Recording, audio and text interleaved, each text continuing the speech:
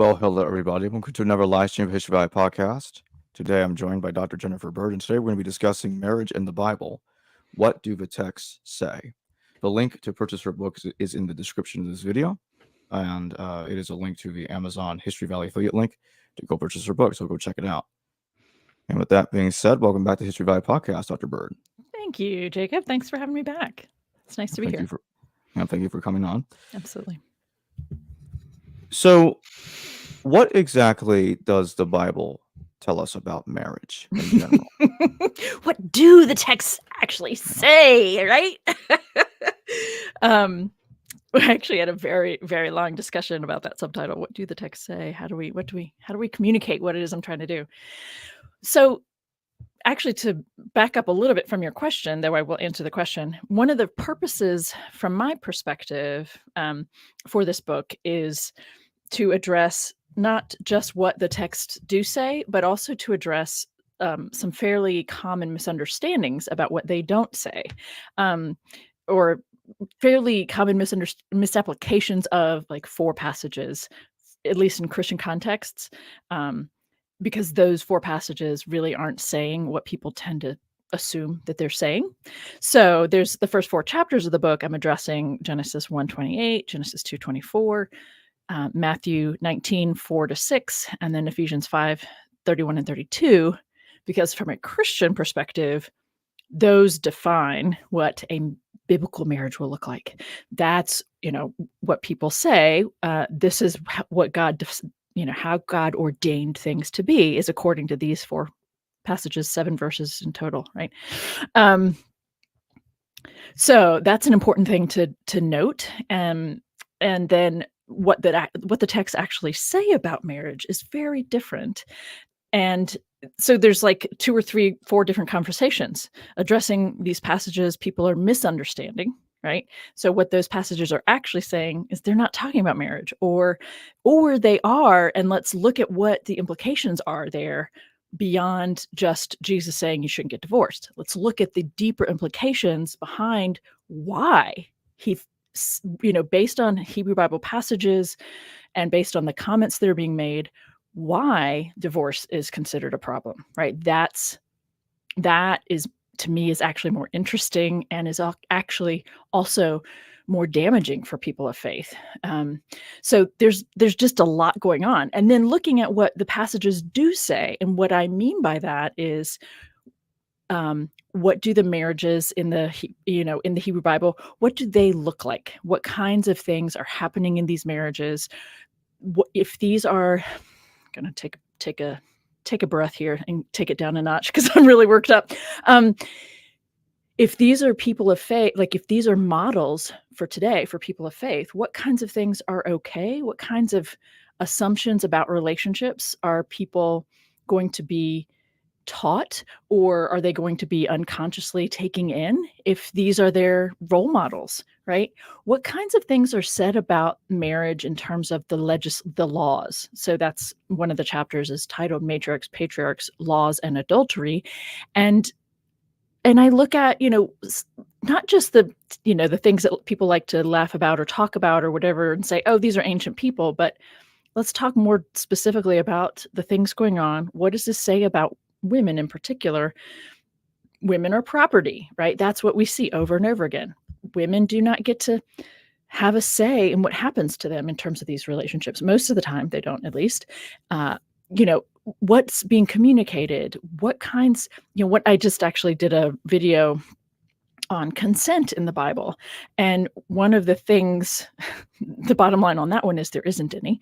Men just get to do what they want to do. But that also pertains to the marriage relationships and what happens within a marriage. And, that in and of itself is, to me, a very powerful piece of this conversation.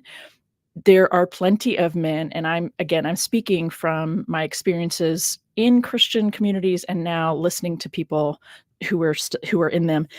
There are plenty of Christian men who think that they get to do whatever they want in a marriage. I literally just had someone say to me in response to my consent video, they signed a marriage contract. What more do you need? Like, as he doesn't know that there are times that people actually rape their spouses. Like that happens because in abusive relationships, like that's a thing that happens. And it's like, no, that's not how it works. You don't get to just because she's your wife, you get to do whatever you want.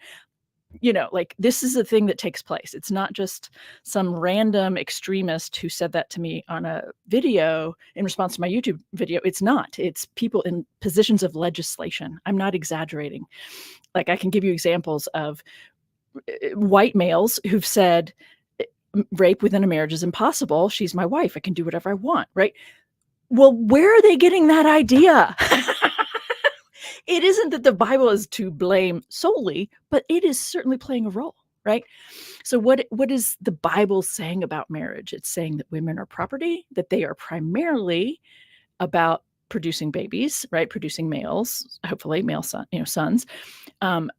That this is a transaction. This is about survival. This is about inheritance rights.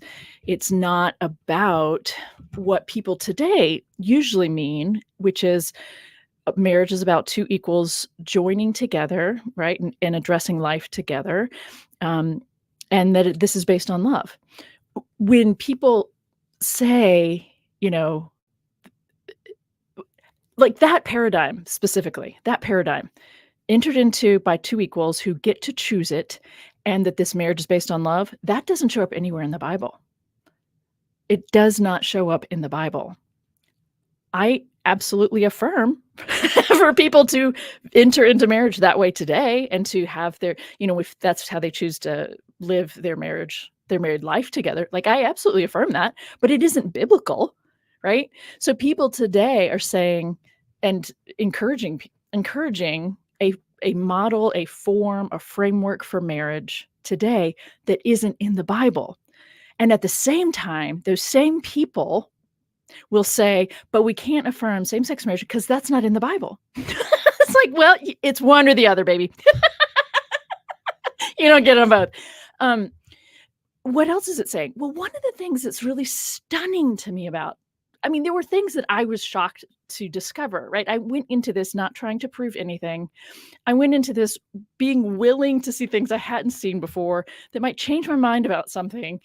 And it really only did in a way that was surprising to me, like that I hadn't seen that before. And oh my gosh, the implications here are stunningly far-reaching. So sticking with the specific question you asked, Jacob, what does the Bible say about marriage? I think most of your listeners, watchers probably know it doesn't. In the Hebrew Bible, there is an example of saying a man can divorce his woman, but women can't initiate this process, right? And then in the Newer Testament, we have an exchange between Jesus and some Pharisees about whether or not which reason for divorce does Jesus support, and then he ends up taking that conversation to a whole different a whole different realm, actually, right? He engages the debate that the rabbis have been engaging for several centuries before then, right? He's not saying anything new in this exchange in Matthew 19. And the part out of that people end up quoting to say this is biblical marriage, is this, is Genesis, is a reference to Genesis 2:24. And then, this other comment about therefore what God has joined together, let no one separate. Well, that's not Jesus's idea. Those aren't his words. That's the debate that's been taking place for, like I said, a couple hundred years at least. He's playing along with the debate. And they respond and say, well, if that's the case, what about Deuteronomy 24? And he says, well, it's because you were hard-hearted that Moses allowed it, but I don't think it should be that way. In fact, I say, if you've just even looked at someone, like this whole thing about lust, you've committed adultery just by lusting. And then the thing is, we still haven't really gotten to anything all that noteworthy, right? In that passage. And what happens next is in the story, right? I don't care if this is historically accurate or not. What happens next in the story is his disciples say, well, if that's the case, then it's better not to marry in the first place. And the next two verses are stunning to me in terms of what they reveal about this guy Jesus. Again, I don't care if he actually said it or not. For our purposes, he said it because it's depicted that way, and that's what people of faith are going to turn to, right? Christian people are going to turn to. And his response to their comment that if that's the case, then it's better not to marry to begin with. And he agrees. So people who want to champion Jesus as a family values guy and this, positive on marriage. No, Jesus isn't positive about marriage here. He's actually very negative about it, saying, yeah, actually, it's probably better. And then, or more accurately, he doesn't address it, right? He doesn't come back and say, oh, no, I didn't mean that. Like, calm down. No, he doesn't do that, right? In fact, what he does is he ratchets things up yet again, as the Matthean Jesus is depicted doing. And he pulls in the reference. This is the reference to eunuchs. It's and his response is, well, here's the thing, folks. There are some who were eunuchs from birth. There's some who are made eunuchs by others, and there are some who make themselves eunuchs for the sake of the kingdom. Let anyone accept this who can. So combining his non-rejection of the comment that it's better not to marry to begin with, right? He doesn't dismiss that. He lets that stay out there, right? Which is akin to saying he's agreeing, right? So there's that. Then he has this thing about the eunuchs, and it's pretty difficult to procreate if you've chopped off the testes, right? Not a family values guy, right? The additional piece to that is in this Matthew 19 passage is that there are two more pieces to that I want to comment on. One is that people, I don't know if this is true for you, Jacob, but I have encountered so many people who think that divorce is a sin. It's a sin. It's a sin. Why? It's just an awful thing. It's a sin. Well, here's the thing. Why do Christian people believe that? What is that coming from? And it's coming from this passage and one other that's parallel to it, basically. And if you just sit with the implications of what's being said, right? Sit with what he's actually saying about why you can't divorce. Then this guy, Jesus, is affirming a couple really surprising things, I think. If you are a Christian, I think this should be surprising to you. One is that what he says is you can't get, divorcing is a problem because there's an assumption that one or both partners is going to marry another person. And in doing that, they would be committing adultery against their first marriage. And this may be a thing that people, in a sense, at least in Christian contexts, are just kind of normalizing and internalizing. Like, yeah, that's why it's a problem. Okay, so let's unpack that. Why is that a problem? What is going on here? What are the assumptions about bodies and sexuality and sex that are undergirding that belief? What's going on there is a very solid representation of what we see happening in the Hebrew Bible in relationship to these relationships we refer to as marriage, which is that what you see over and over in the Hebrew Bible and what you see legislated in the Hebrew Bible is this idea that a man takes a woman as his own, and the way that anyone else outside of this couple knows that they're married is he's had sex with her. He goes in and has sex with her. And tangent, that is how sex is talked about, not just in the Bible, but in contemporary, like texts contemporary to it. Sex is a thing a man does to a woman or to an inferior person. So all this whole conversation about males are active and women are passive, all of that is undergirding this. But the point here is men take women, men have sex with that woman, essentially marking them as their territory by having sex with her. And so the whole thing hinges on this idea that sex is a way of claiming another person. Having sex means you belong to each other. And again, I have said these comments in contexts where they were Christians, mostly Christians around me, and they don't seem to see a problem there. They don't seem to hear anything problematic in this claim that just because two people have had sex, they now belong to each other, or the male now has rights to her body, right? But that is highly problematic. So the thing is, the whole conversation is taking place around sex as a means of possession of another body, and that the reason you can't get divorced is you're going to go have sex with someone else, and that's cheating on this.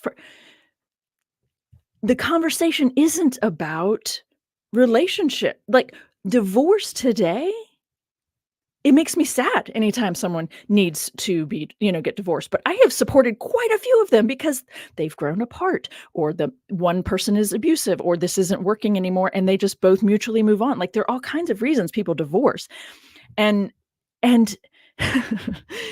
but why it's hard is because emotionally it's hard, or it's hard on the children, or you have to divide resources, and it makes it harder to live for each person, right? You potentially really enjoyed your in-laws, and now you don't get to see them anymore, and that's a loss. Like, that's why divorce is a problem, not because you might have sex with another person. And so all of this is kind of like the coding over all these underlying beliefs about bodies and sex and possessiveness and territorialness.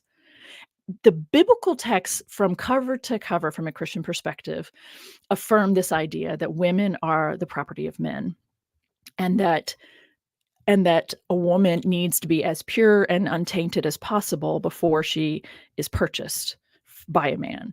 And all of this territorialness. I'm trying to stick to answering your question as much as I can first. The other thing about what the Bible says about marriage, and this is, again, from a Christian perspective, because we're talking about passages in the Newer Testament. When you look at Ephesians 5:31 and 32, that is a really powerful passage that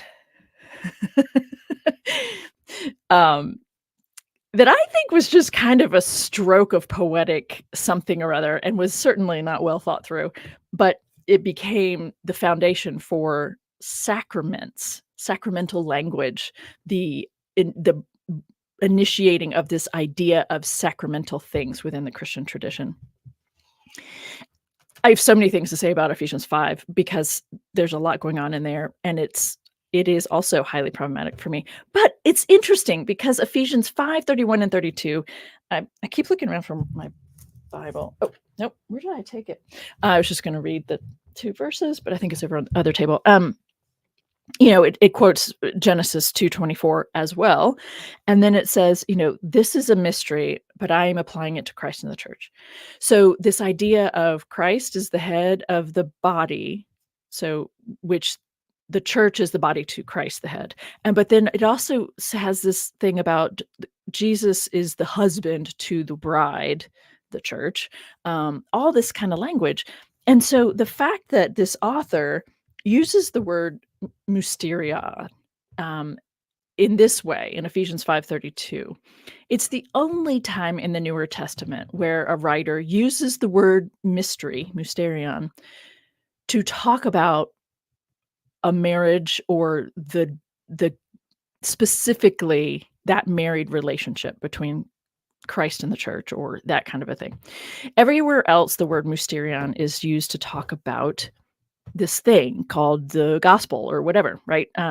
This bigger message of what Paul, or the people writing in his name, are talking about. It's more the thing that God is doing, not the relationship that might be within which it's playing out. So we have this kind of random, it's the only time that word is used with this particular meaning in the entire Newer Testament corpus. And it sounds to me like kind of on the fly, creative writing, whatever.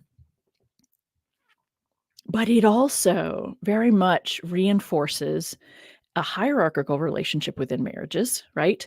Christ is the head to the body, as Christ to the church, male to woman, man to woman. It also very much endorses a hetero relationship, okay, because Christ is male and the church is female.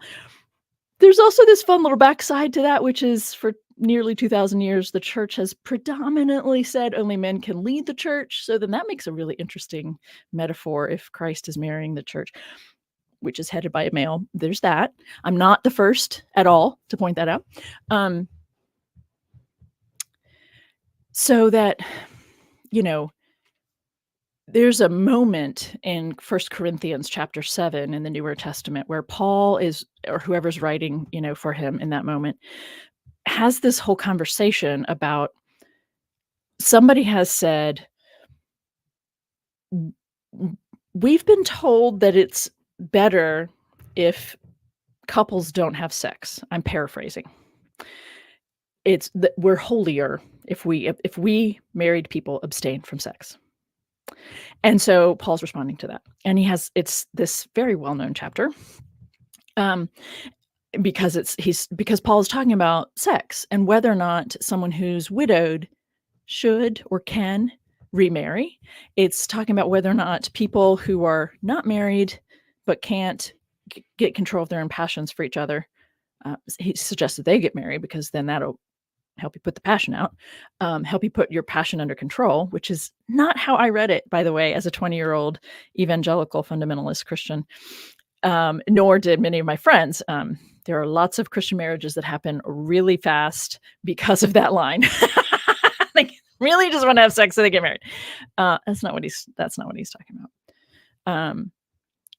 So there's, but within that longer passage, there are like a couple verses that say that you're not to withhold from your partner, and that this also has a problematic backside. It says that the woman belongs to her man and the man belongs to his woman. So that there's a mutuality there. It's the one time we ever see very directly, aside from the reference in Galatians 3:28, we see this comment about men and women being equals in the married relationship. But it's also the backside of that is I have all these red flags that go up in my head when I read that, because it's saying that you are property of your spouse. And that has been used against people over the centuries.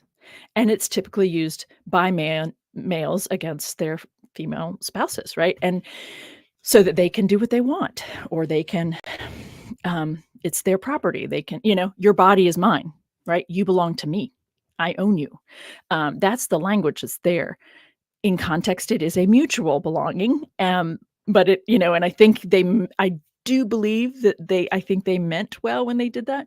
I think they meant the mutuality, but because it's in this canonized collection, people cherry pick just the first part of that, right? And say, woman, you belong to me. I've had so many people tell me that, and Godless Granny, actually, I don't know if you know who she is. She had me on her show a couple times, and she brought it up both times that was used against her in her Christian marriage, right? And it was about their dynamics, but it just, it was nauseating for her because it was used in an abusive way against her. So millions of women could make the same comment. So what's being said about marriage in the Bible? It's, there's one moment of mutuality between a man and a woman. The rest of it is about men are, ahead over the woman. And it is hetero relationships only that are talked about. And women aren't allowed to initiate divorce.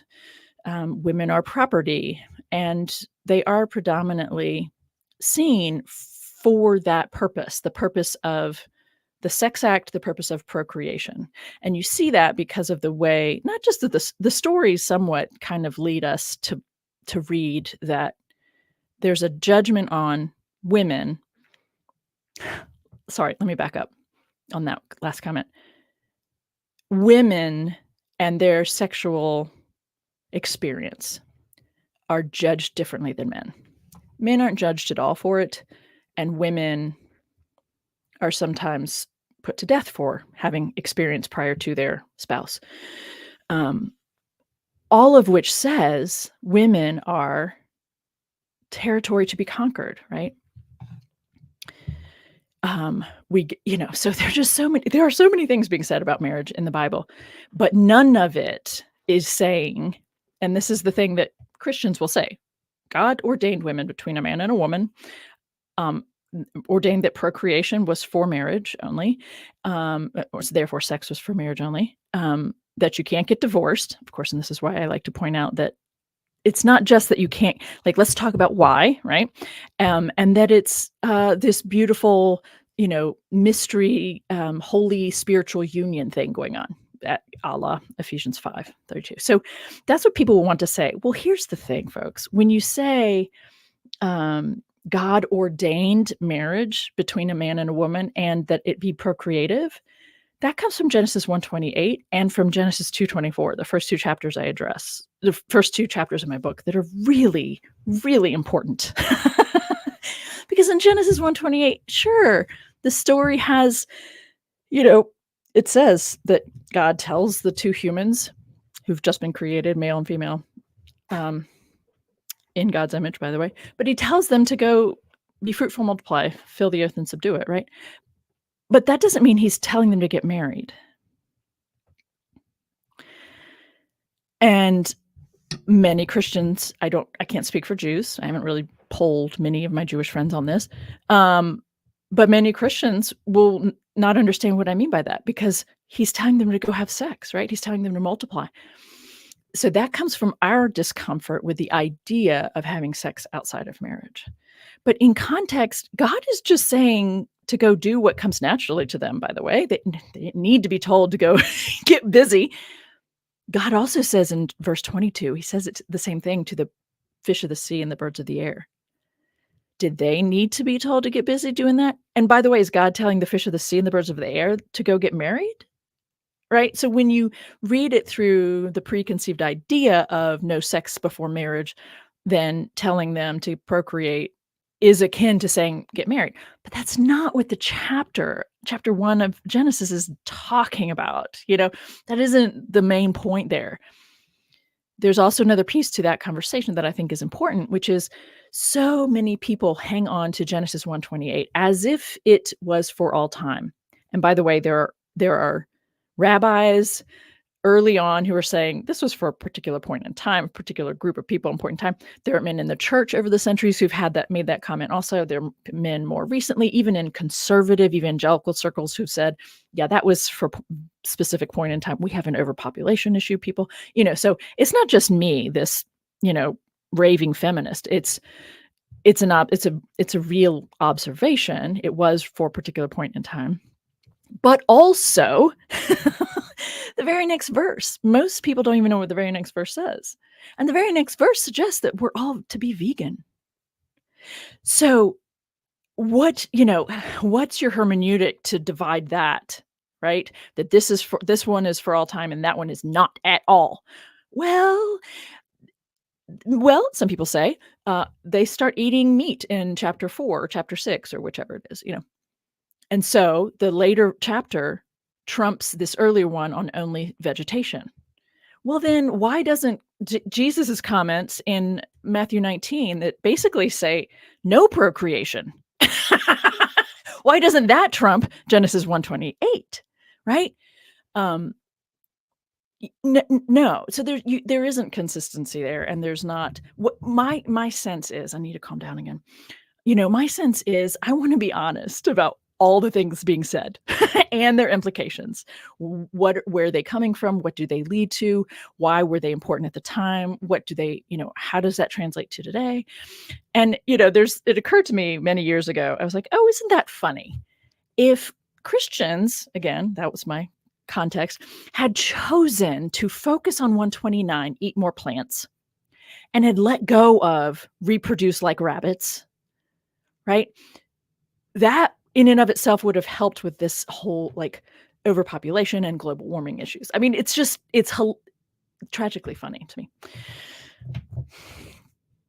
Genesis 2:24. I tell you, Jacob, every single time I've said this to a new room full of people, people are just stunned, like annoyed. They'd never heard this before. They're angry. They laugh. They all kinds of really dramatic reactions to what I think is going on in there. And so when we look at Genesis 2:24, it says, this is right after God has taken some stuff out of the side of the first human, created a second, done a little CPR, and now there are two humans. Now that we have two, now we can talk about male and female. Prior to this, we only had one, and we didn't have gender being denoted.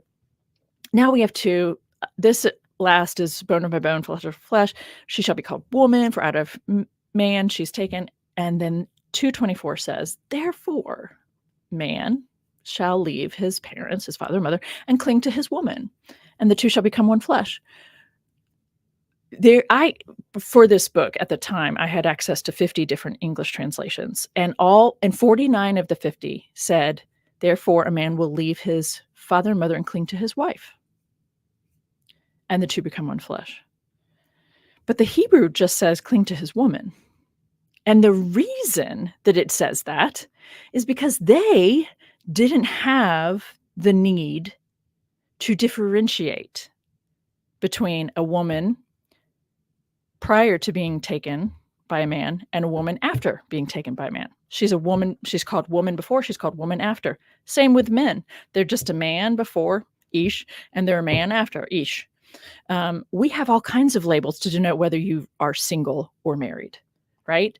Even the way we address people, or the way we tend to address females, not males, right? There's Miss, and then there's Mrs. We have ways to denote a prior to marriage and a post marrying, but they did not. There wasn't that designation. It doesn't mean that I don't think that those relationships look like marriage. It's that my point here is that they weren't using language to differentiate it in the way that we do. They had a much lower view of it. And the verbs that are used to refer to marrying are not anything like our verb to marry, right? To marry is to join two people together and do all this great, and they're off on life together and all this great stuff. And we want to support you the best we can. In the Hebrew Bible storylines and laws, it's men take, literally take, like as in, hey, Abraham, take your only son and go sacrifice him. Take him, go do that.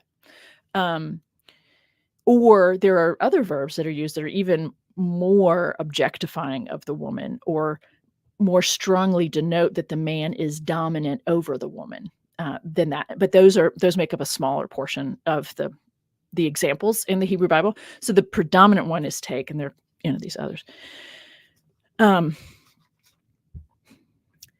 I got myself on a tangent, and now I'm trying to get back to the point here. Genesis 2:24.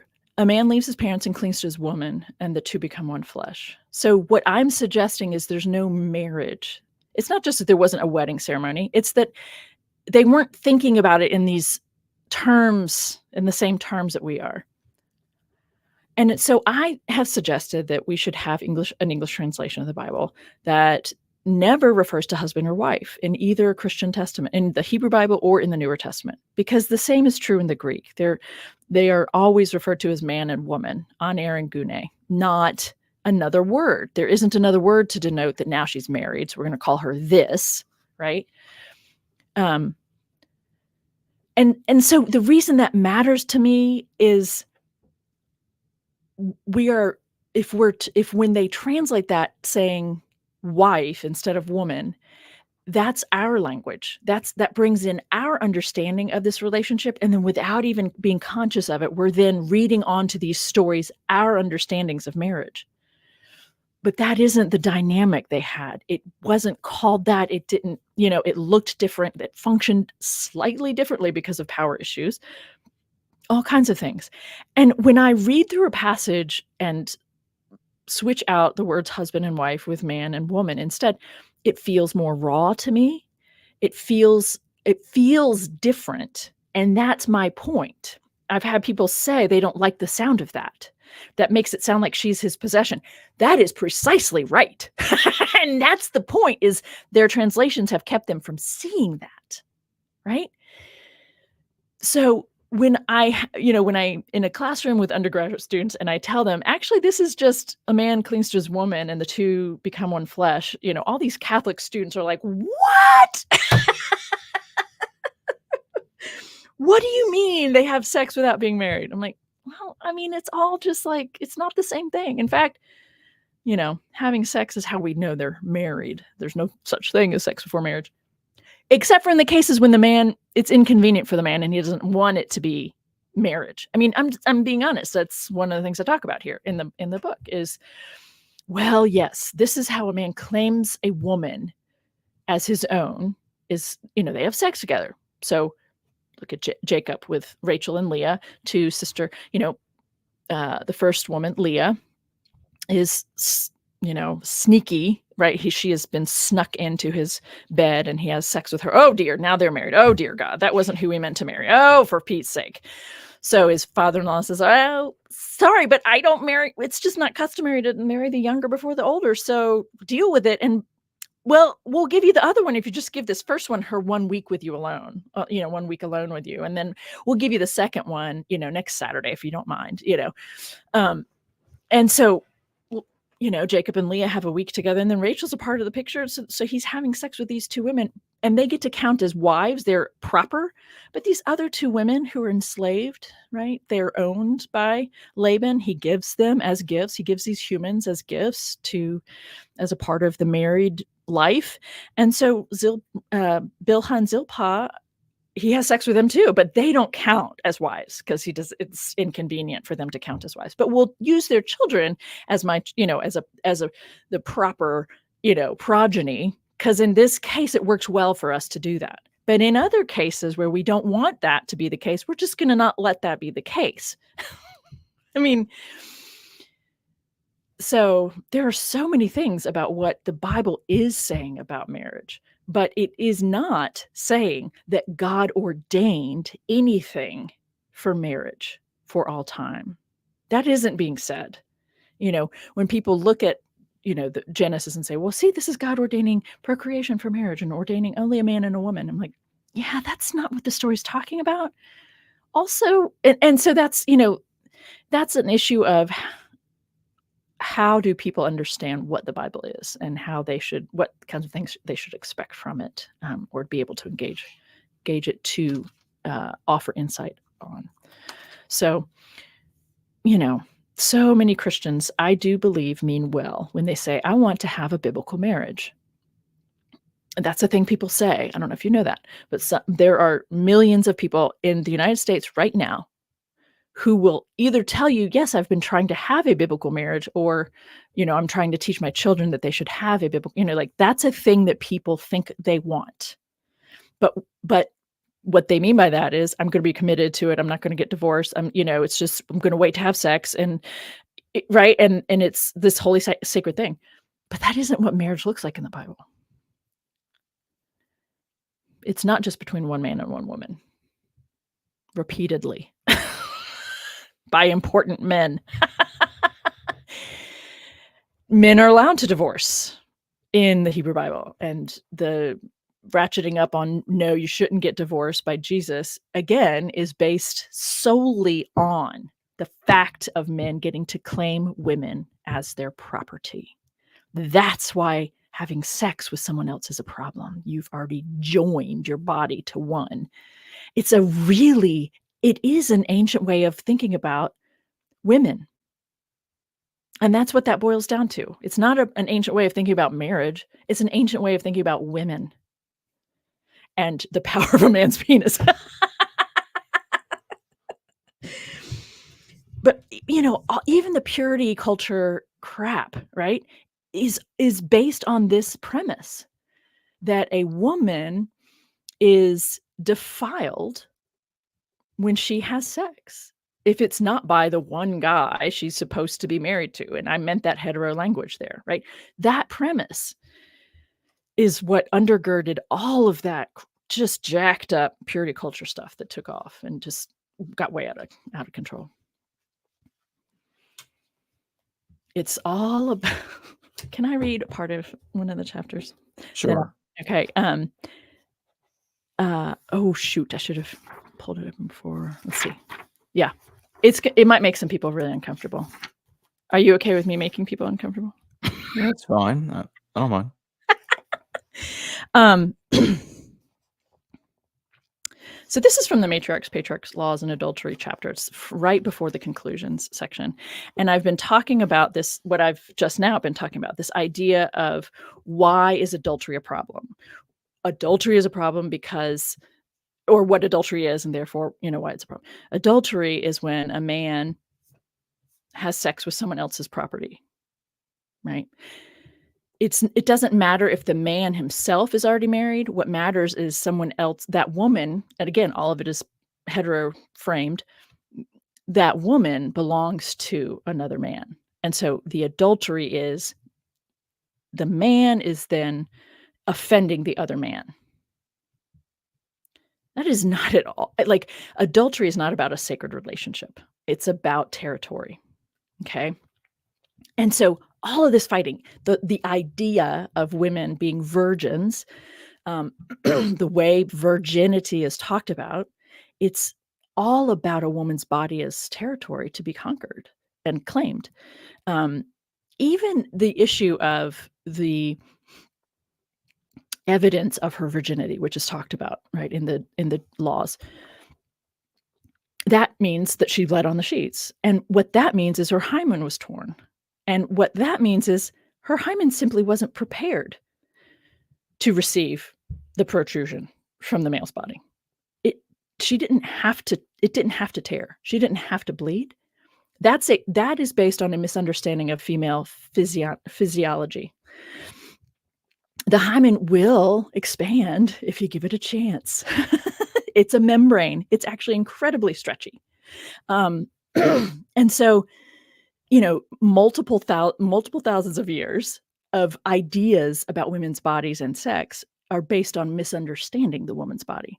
And in fact, the fact that people expect a woman to bleed, that a man thinks that that's what he gets to do, and that, whatever, that presumption is that there will be violence done to a woman's body the first time she has vaginally penetrative sex. Like, that's sick. That's what that is, right? But people don't know that. People don't think about it that way because they've not sat down to think about it, or they just, you know what I mean? Like, I don't think that people want violence done to a woman's body every time she first has it. Like, I don't think that.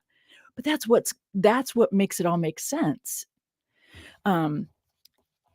And not to mention, there are all kinds of other reasons and ways that a person with a hymen might have it tear. And that is, for all gymnastics, martial arts, riding a horse, like all kinds of great things. Because it's not about something. It's not about tearing. There's this crazy guy out there who talks about, I've heard about all these women's virginity being restored. Well, what he means is that their hymen has gone back to, it's gone back to being intact. I don't even know what that means. But really, all you're doing is talking about a membrane that is healed, and that the next time you have sex, that she again didn't prepare her hymen for. Like, it's just there's no such thing as restoring virginity. That is a really disturbingly misinformed understanding. But I'm not surprised that he's saying that, and I'm not surprised that people believe it and that people celebrate that. So here's what I wanted to read. Talking about adultery. Why is adultery a problem?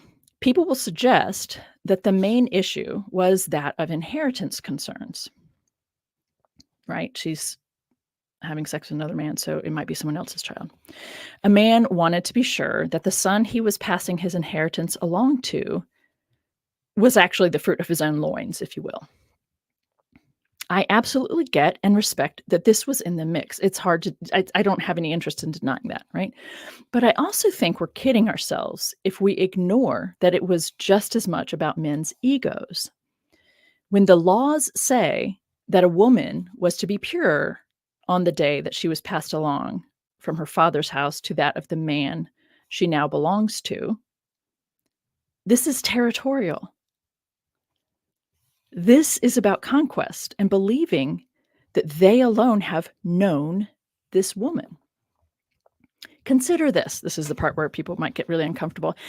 And I'm not sorry. I mean, I debated whether or not to go ahead and say all this. I'm like, it needs to be said. So I'm going to say it. I don't know how many people will actually read it. So I'm going to read it to a bunch of people in case they. Yeah.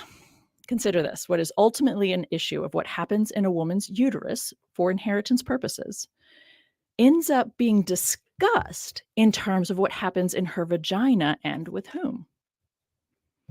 The same is true if the issue is that of wanting to be the first man on the scene, right? It's still about entering the vagina. The vagina as a means to the uterus or as space to be conquered becomes essentialized in this whole process. A woman is labeled according to what has and has not happened in her vagina. She is deemed pure or impure based on how a man has interacted with this part of her body. It's just that basic and that simple. There's one more. The only nuance that we see developing in the Newer Testament is in the words attributed to Jesus when he talks about divorce and why it's not allowed. Blah blah blah. Okay. So cover to cover from a Christian perspective, the whole Hebrew Bible for sure, right? What's going on in this relationship we call marriage is about possession, objectifying women's bodies, having power over them. That's what's being said. And the Newer Testament doesn't soften things ultimately. There are a couple moments of equality between men and women, but the later passages undo all that equality and reinforce hierarchy within a marriage. So would you say that in general, there's little difference between the Old and New Testament's view of marriage? Yeah, I would say that is true, that there is very little difference. And in fact, the only difference that occurs to me to comment on is just that what Jesus is depicted saying in Matthew 19 is actually even, more confusing or is more stringent than the Hebrew Bible. Because the Hebrew Bible does allow for divorce, a man has to initiate it, but it's still allowed. It's still in the laws, right? And then in the Newer Testament, we have Jesus deliberating with, these guys who know the law well, and he's like, yeah, that's allowed, but I'm telling you that even that's a problem. And by the way, go cut off your testes, So other than that, when marriages are talked about or when people are being addressed through their what we call married relationships, it is still very much women belong to men in these. And the other, so to answer your question directly, there isn't really a difference except that it's a little bit more extreme in the Newer Testament.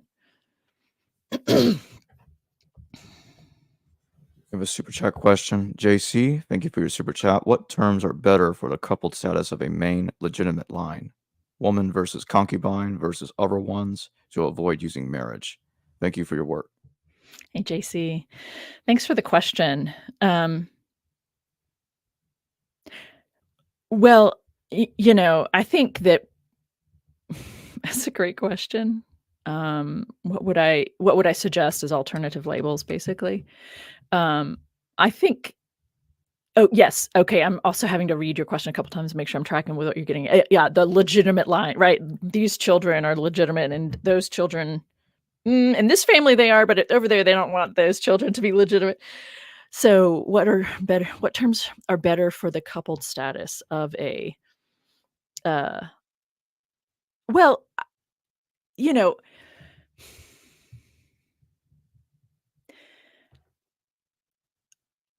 what matters to me is that I don't think people today should be expected to not think about what they mean by marriage when you look at and you start calling these ancient relationships marriage.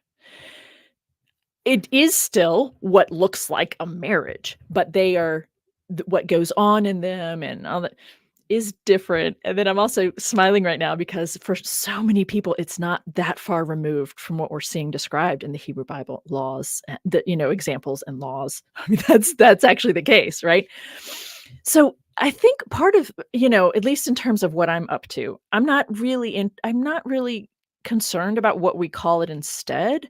I'm concerned about people taking very seriously what is being said and modeled in those relationships that we do call marriage, right? Let's get, I want to kind of stir the waters a little bit about this idea of it being between two equals and all based on love and all that stuff, because that isn't modeled anywhere in the Bible. So let's just be really honest about what is going on in these relationships that we want to label marriage. Okay, fine. But let's be honest about what they are. And let's be honest about what's being said. And do you know what I mean? So I find your question an interesting one. I don't know that I want to spend the time to come up with alternatives because I there's too much work to do to just get people to be honest about what's going on in there. Do you know what I'm saying? Like, I'm not trying to avoid answering or trying to come up with something. It's more like, I don't have time to figure that out. You know what I mean? Yeah, I really just want people to take it very seriously. And don't brush things under the carpet, right? Well, that was an ancient relationship. Actually, because it's in these scriptures, a lot of these dynamics are alive and well today in a great deal of marriages. So it's not just an ancient text. It's not just ancient ideas. We are seeing so many of them still happening, maybe a little softened because they're kind.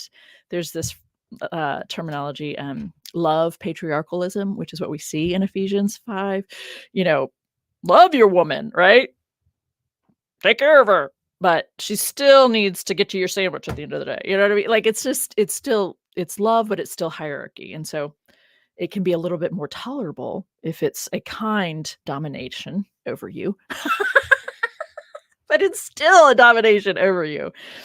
We're still seeing lots of relationships today that are modeled off of that kind of way of thinking about men and women, sex, relationships, all that.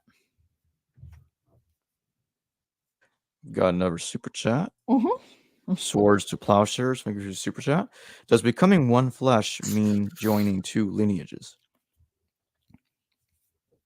Okay. Interesting question. So I'm assuming you do mean in terms of that language in Genesis 2:24, when it says, therefore man shall leave his father and mother and cling to his woman, and the two become one flesh.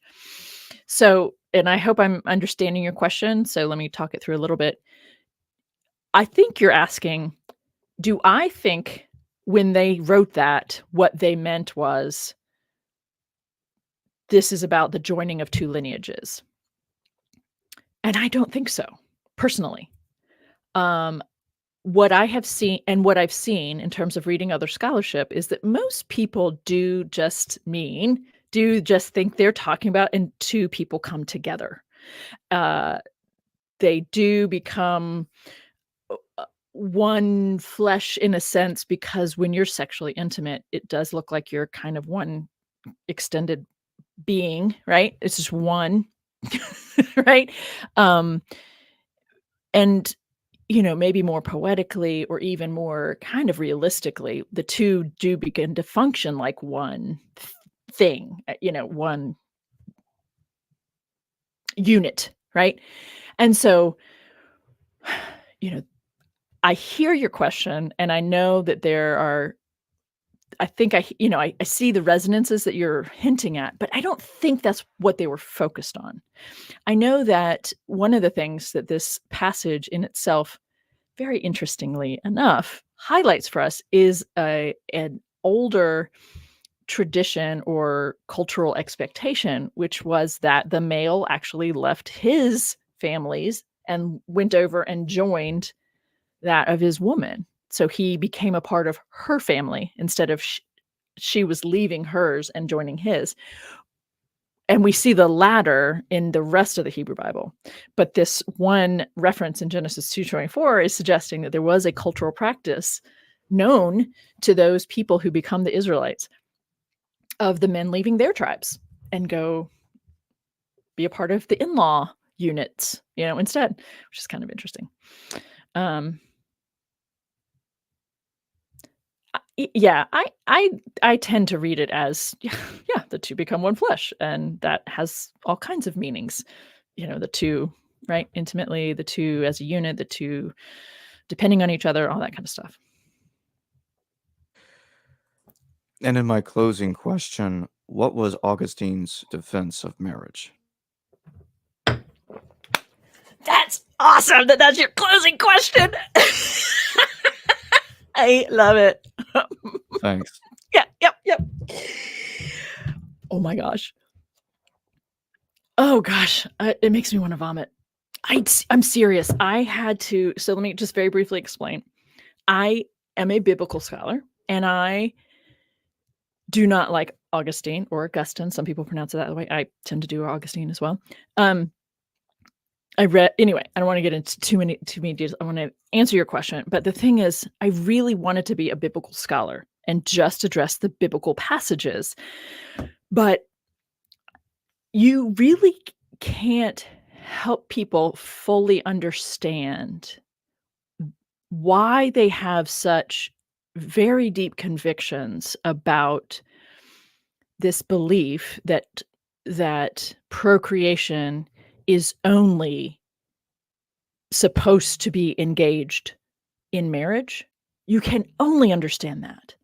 Why that is such a strong belief that Christians of all stripes, not just Roman Catholics, but Christians of all stripes have. You cannot understand why you believe that, where that came, why that was inherited, why that was passed down through the Christian ethos over the centuries, unless you look at Augustine. Right? Go ask your Jewish friends, right?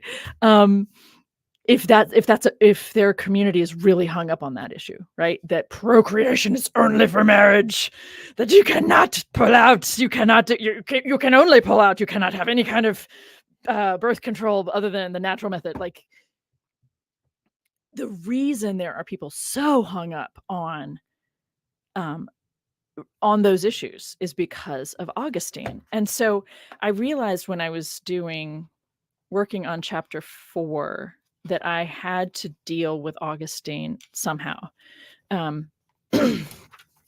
I did not want to, but I had to. And I'm not kidding you. It was very difficult for me to get into that because it turned my stomach. It's very difficult language to read through over and over and over again. So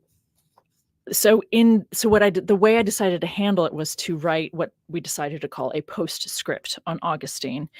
And the primary writing of his that applies to this conversation is a writing called The Good of Marriage.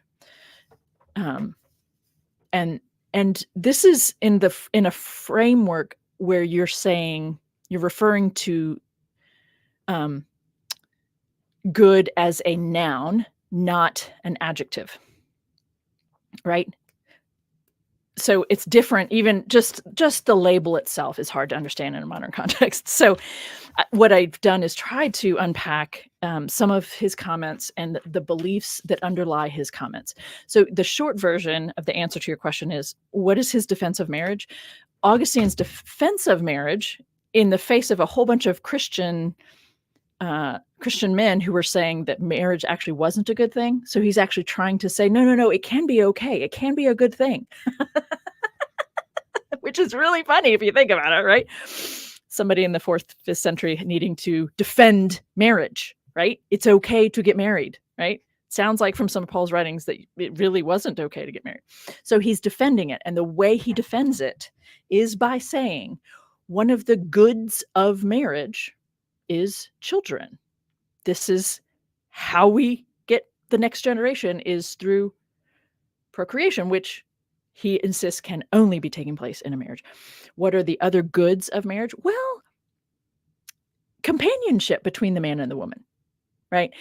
And he talks about sex as sinful in and of itself, and that what redeems sex is the potential to procreate. So children redeem sex. That's the short version. And it's, I was trying to think, what did I include in that? Just real quick. I included some of the kind of the ways I annotated his writings, looking for what ended up being very harmful ideas that most Christians have inherited on some level, not consciously. And so, like these are all his assertions, believing the lie. He refers to these, that his comments underscore that he believes that Genesis 3 really happened historically, right? This moment in the garden, and therefore that led to original sin. I mean, it's you have to sit with it. It's not a quick read. This part of the book is not a quick read, but that's part of the point. Is it's ancient thought. He was a very intelligent man.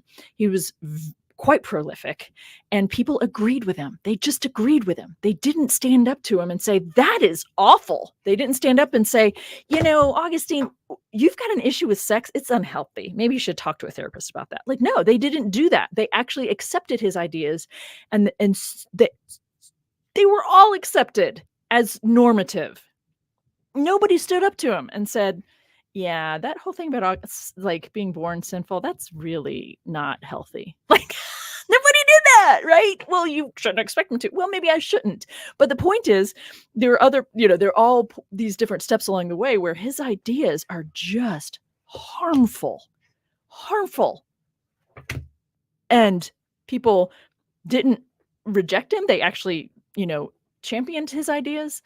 And so the Christian tradition inherited Augustine's terrible view on sexuality, genuinely thought it was sinful in and of itself to have sex, right? And so, where do you go from there? Well, what redeems it is, I mean, there's so many things. I wish I could just, read to people just so you understand how wacky his ideas were. But it's not just wacky, it's harmful.